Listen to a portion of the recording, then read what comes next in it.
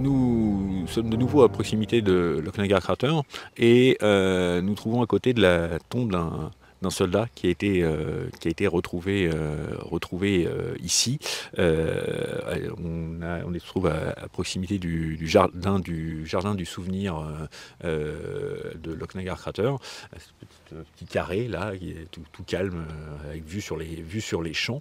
Hein. Dans ce coin-là, Tolkien va venir dans le village à proximité de Bouzincourt. Il passera par là. On est encore en début de bataille. Hein. Il a échappé au premier jour au meurtrier, Tolkien, et il se trouve là à Bouzincourt. C'est aussi l'occasion pour lui de croiser Smith. L'un de ses camarades proches du TCBS, il le reverra une deuxième fois. Et donc à Bouzincourt, qu'est-ce qui se passe? Et une petite particularité aussi.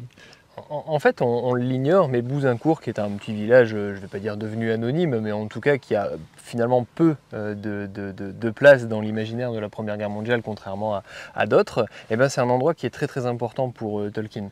C'est un endroit où le 11e Lancashire passe régulièrement. C'est un peu une sorte de nœud de communication qui fait que pendant sa mobilisation, en fait, finalement, Tolkien y passe 3-4 fois et il s'y passe des choses justement importantes à Bouzincourt. C'est là effectivement qu'il revoit Smith. C'est un miracle d'une certaine manière. Il n'était pas du tout prévu que les deux régiments puissent se croiser. Et puis finalement, un soir, au détour d'un feu de camp, presque comme dans un film, c'est presque romantique, ils refondent le TCBS pour une soirée après avoir appris effectivement que Rob Gilson a perdu la vie. Et donc d'une certaine manière, la flamme qui aurait pu largement être éteinte par les affrosités de la Grande Guerre renaît malgré tout. Une des spécificités finalement dans la Somme est d'avoir de véritables réseaux souterrains, de galeries, ce qu'on appelle parfois en fonction de la manière dont c'est fichu des muches. Et ces muches-là, elles ont été finalement régulièrement utilisées comme aide de camp, comme endroit où se réfugier, comme endroit où stocker du matériel, comme endroit aussi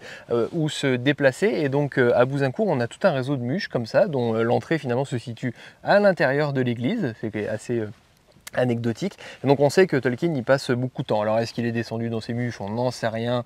Et a priori il n'y a pas de traces, parce que je dois avouer avoir regardé et analysé les bases de données d'un courageux qui a été tout prélevé et il n'y a pas de traces a priori. Mais n'empêche que c'est intéressant parce qu'à Bouzincourt, typiquement, il a aussi du papier et des crayons dans les mains.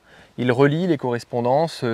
Alors évidemment, forcément, il les censure, parfois il les traduit sans doute, mais il a du papier et des crayons dans les mains et donc il écrit. On sait que voilà, plusieurs poèmes sont écrits de ce côté-là et ici naîtra finalement la suite du Led Eärendil, qui est commencé en fait en 1915 pour le coup. Donc l'elfique n'est pas inventé dans la Somme. Les premiers finalement soubresauts de la Terre du Milieu ne sont pas de la Somme, mais n'empêche que la seconde partie du Led Eärendil est écrite dans le camp d'entraînement de Frankville. Donc on est vraiment dans ces alentours là, autour de Bouzincourt, qui est une sorte de nœud un peu logistique et de nœud qui réapparaît régulièrement, un peu comme Beauval, dans le parcours militaire de Tolkien dans la Somme.